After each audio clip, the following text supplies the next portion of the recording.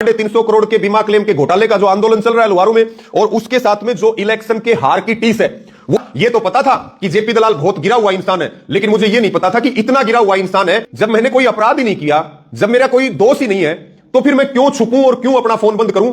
JP दलाल पूरी तरह से बौखला चुका है। जेपी दलाल पूरी तरह से घटिया हरकतों पर उतर चुका है।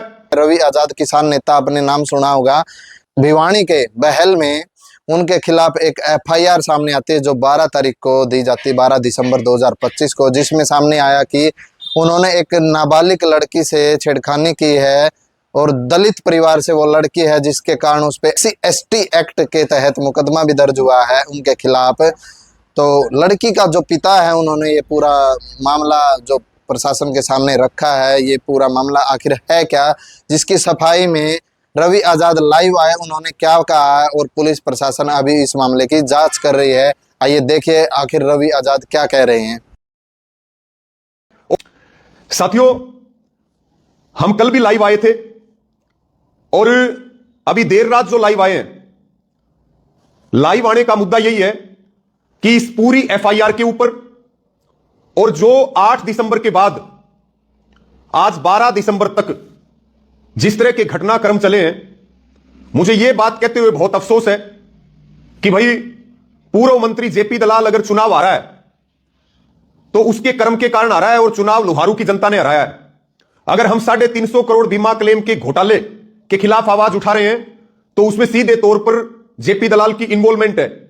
और यह जिस तरह की मुद्दों की मेरी लड़ाई थी, जनता की जो लड़ाई थी, इस लड़ाई में अब एक दलित बेटी को भी घसीटा गया है, एक दलित बेटी के पिता को भी घसीटा गया है, जो यह चीज दर्शा रही है कि और उसका सतर इतना गिर चुका है कि उसको सामाजिक व्यक्ति या राजनीतिक व्यक्ति तो किसी भी कीमत पर नहीं कहा जा सकता। मैं अपनी बात को आगे बढ़ाऊं उससे पहले मैं आपको बताऊं, कल भी हमने इस बात को लाइव में बताया था कि 8 दिसंबर की रात को मैं अपने घर था और मेरे साथी गाड़ी लेकर के गए थे कि भाई ठंड भी ज्यादा हो रही है, रात को लेट भी हो रहे हैं, एक शादी में भी जाना है, और उसके बाद फिर हम घर चले जाएंगे और सुबह हम जल्दी आ जाएंगे। गाड़ी देना कोई बुरी बात नहीं है, गाड़ी ले जाना भी कोई बुरी बात नहीं है, और सड़क पर चलते हुए हादसा भी हो सकता है, यह भी कोई बड़ी बात नहीं है। और आपने कल भी इस बात को सुना था कि जिस पिकअप गाड़ी से मेरी गाड़ी का एक्सीडेंट हुआ 10 तारीख को, यह 8 तारीख की रात की घटना है।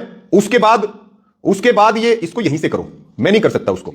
तो मैं आपको यह कह रहा था कि भाई 8 तारीख की रात को यह घटना घटी और 9 तारीख को यह मामला जेपी दलाल पूर्व मंत्री और उसके जो लोग हैं उनके हाथ लगा, और 10 तारीख को शाम को 6 बजे जिस भाई की पिकअप गाड़ी थी, अनिल ठाकन, जो गांव हरियावास का है, जो SHO और पुलिसकर्मी है, वो उसी गांव के पूर्व सरपंच के ऑफिस पे होते हैं। पूर्व सरपंच भी अपने ऑफिस पे होता है, और वो इस भाई अनिल को बुलाता है कि भाई रवि आजाद ने तेरे खिलाफ मामला दर्ज करवा दिया है और तू मेरे ऑफिस पे आ जा, और तू ये कह देना कि रवि आजाद भी गाड़ी में था, लड़की भी गाड़ी में थी और शराब भी गाड़ी में थी, और तेरे को हम 15 लाख रुपए भी दिला देंगे। ये बात आपने पिकअप ड्राइवर अनिल के मुंह से कल भी लाइव में सुना था। और वो फिर वहां पर आता है और वो कहता है भाई मैं रवि आजाद को जानता हूं, रवि आजाद नहीं था और मैं ये गलत काम नहीं करूंगा। तो फिर उस गांव का पूर्व सरपंच जो जेपी दलाल का राइट हैंड है, ये सारी बात हरियावास गांव को पता है, ये सारी बात सतगामा को पता है। फिर यही जो पूर्व सरपंच है, पुलिस की मौजूदगी में पहले से एक दरखास्त तैयार की हुई होती है जिसमें जान से मारने की धमकी, लड़की, शराब, इस तरह की चीजें उसके अंदर लिखी हुई होती हैं, और यह कहकर के साइन करवाते हैं कि रवि आजाद ने तेरे खिलाफ एफआईआर करवाई है, तुझे अगर बचना है तो तू इस कागज पे साइन कर दे।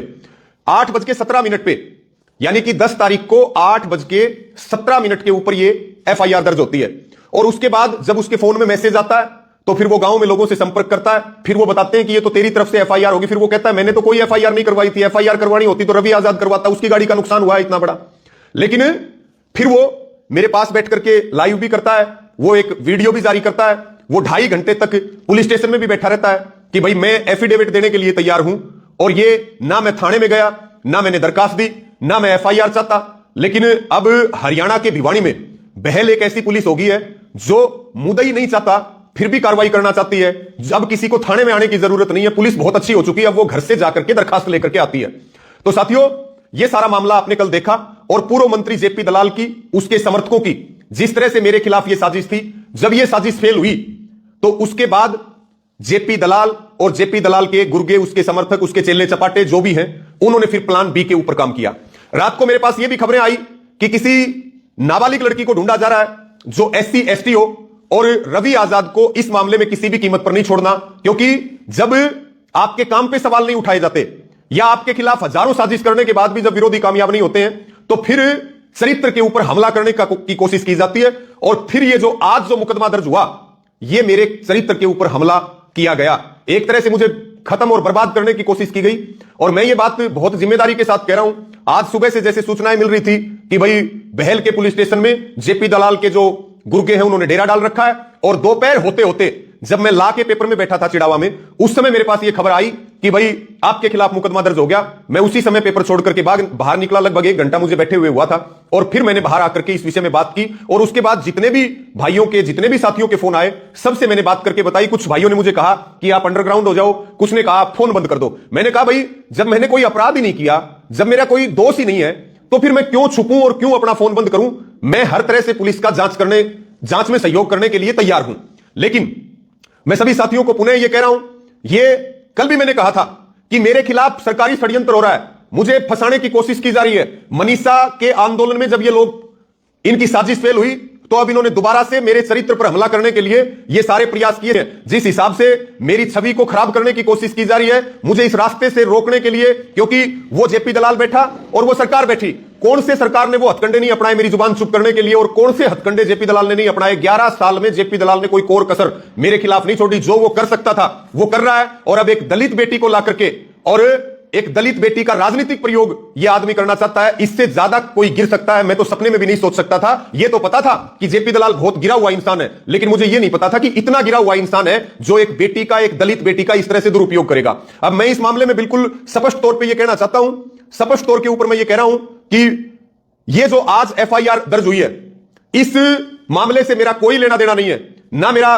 किसी नाबालिग बेटी से कोई मतलब है, ना मेरा उसके फादर से कोई मतलब है। और मुझे जानकारी मिली कि FIR के अंदर जिस तरह की कहानी लिखी है कि 20 दिन पहले कोई लड़की बस स्टैंड पे खड़ी थी, रवि आजाद ने उसको अपनी गाड़ी में बैठाया, गाड़ी में बैठते ही उसके साथ छेड़छाड़ करी, उसको जान से मारने की धमकी दी। बाद में 8 तारीख को रवि आजाद ने अपने लोगों को भेजा और भेज करके ये कहा कि फलानी लड़की का अपहरण करके लाओ। ये बात पूरा देश और पूरा हरियाणा जानता है कि हमारा चरित्र क्या है और बहन बेटियों के प्रति हमारी सोच और भावना क्या है। इसलिए मैं बहुत जिम्मेवारी के साथ ये बात कह रहा हूं कि ना तो मैं इस बेटी को जानता, ना मैं इस बेटी के बाप को जानता, और अगर जानता हो तो वो बेटी और वो बाप अपनी आत्मा पे हाथ रख के, मुझे किसी सबूत की जरूरत नहीं है, एक बार मेरी आंखों में आंख डाल करके ये कह दें कि क्या वो मुझे कभी जिंदगी में मिले भी है, क्या वो मुझे जानते भी है। मुझे तो यही नहीं पता नाम क्या है, कहां के हैं, कैसी शक्ल है, कहां उनका घर है। और मेरी गाड़ी में 6 महीने में मेरे घर की महिलाओं के अलावा कोई नहीं बैठा, और मैं तो वैसे ही बहुत ध्यान रखता हूं विशेष तौर पे, क्योंकि जिस तरह से सरकार मेरे पीछे पड़ी रहती है तो मैं बहुत चौकन्ना होकर के रहता हूं। लेकिन अब फिर मैं ये पूरी जिम्मेवारी के साथ कह रहा हूं कि मेरा इस मामले से कोई संबंध नहीं है। मैं नहीं जानता कौन लड़की है, कौन उसका फादर है,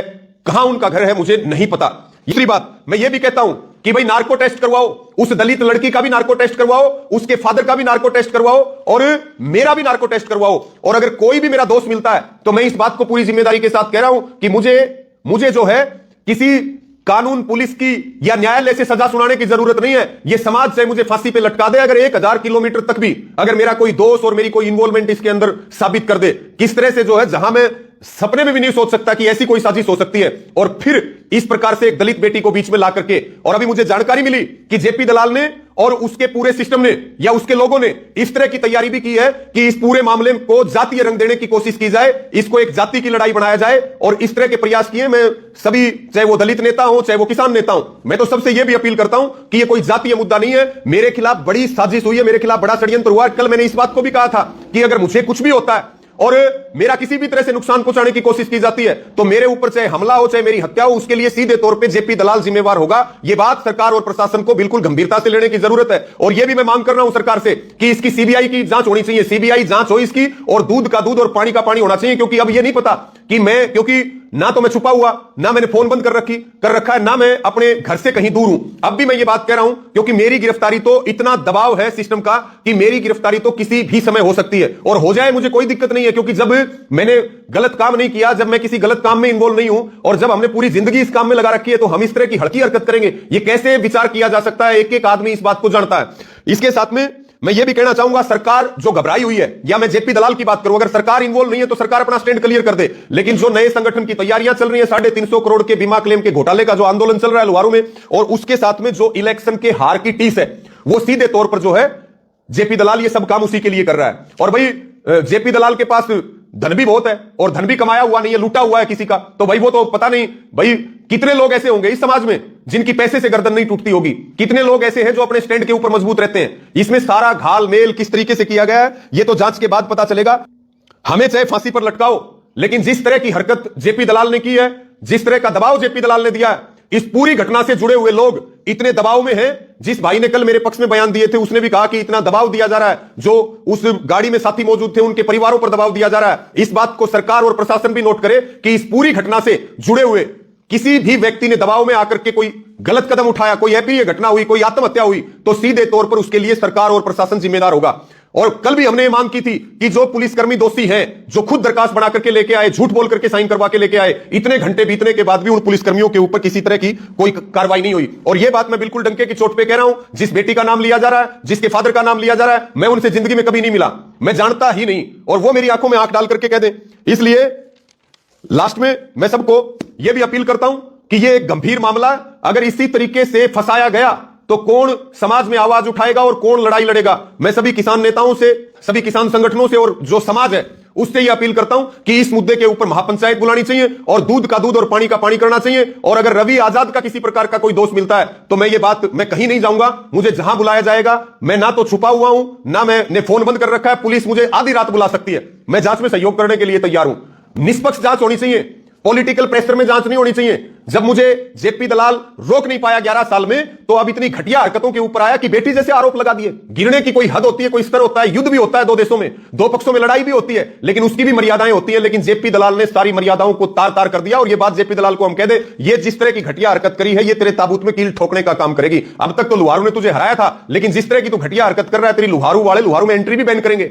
और ये जो जिस तरह से ये गुर्गे घूम रहे हैं और गुर्गे काम कर रहे हैं, ये जेपी दलाल को विचार करने की जरूरत है। और मैं ज्यादा ना कहते हुए पुनः इन्हीं सब बातों के साथ अपनी बात को पूरा करूंगा कि ये केवल और केवल राजनीतिक षड्यंत्र है। मेरा इस मामले से 1000 किलोमीटर तक भी लेन देन नहीं है किसी प्रकार का, ना मेरा डायरेक्ट है, ना मेरा कोई इनडायरेक्ट है। और इस बात को निष्पक्ष जांच हो, और मैं तो चाहूंगा जांच सीबीआई से हो, नार्को टेस्ट लड़की का भी हो, लड़की के बाप का भी, और रवि आजाद का भी हो, और इस मुद्दे पे महापंचायत भी हो। कहीं ना मैं छुपा हुआ, ना मैं कहीं भागा, आधी रात को पुलिस बुला ले, जांच में हर तरह के सहयोग के लिए तैयार है। लेकिन हम सरकार को और जेपी दलाल को यह बात बिल्कुल स्पष्ट रूप से कहना चाहते हैं, चाहे गोली मारो, चाहे फांसी लटकाओ, चाहे जेल में भेजो, चाहे झूठे मुकदमे दर्ज करो, चाहे जो करो, लेकिन ये जो किसान मजदूर और पीड़ित के लिए हमारी आवाज है, ये जब तक दम में दम है तब तक हम आवाज भी उठाएंगे, लड़ाई भी लड़ेंगे। और मुझे जो खत्म करने की साजिश चल रही है, इसमें केवल और केवल जनता, किसान, मजदूर, नौजवान, मेरी माताएं बहनें, वही मेरी ताकत है। मेरे पास ना पावर है, ना मेरे पास पैसा है, ना मेरे पास पद है। मेरी ताकत केवल और केवल आप लोग हैं। आप निष्पक्षता से इस मामले को देखिए। मैं पूरी जिम्मेदारी के साथ इस बात को कह रहा हूं कि मेरा कोई रोल नहीं है, और मुझे बेवजह मुझे बदनाम करने के लिए, बेवजह मुझे तंग करने के लिए आए तीसरे और चौथे दिन मेरे साथ कहीं ना कहीं इस तरह की घटनाएं घट रही हैं। और अब की बार जो घटना घटी है, वो तो सारे रिकॉर्ड तोड़ दिए उसने। और मेरा भी कुछ होता है, या इस घटना से जुड़े हुए लोगों कोई सुसाइड करता है, तो सीधे तौर पे शासन प्रशासन जिम्मेवार होगा। और मेरे साथ कोई अप्रिय घटना अगर घटती है, तो आज इस बात को मैं कह के जा रहा हूं, मेरी साथ कोई अप्रिय घटना हो, चाहे हत्या हो, कुछ भी हो, हमला हो, सीधे तौर पे जेपी दलाल इसके लिए जिम्मेवार होगा, और जेपी दलाल के खिलाफ ही कार्रवाई होनी चाहिए। आपने मुझे सुना, आपके जो जो सवाल हो आप कमेंट में लिखिए, और इस वीडियो को, इस लाइव को आप ज्यादा से ज्यादा शेयर करें।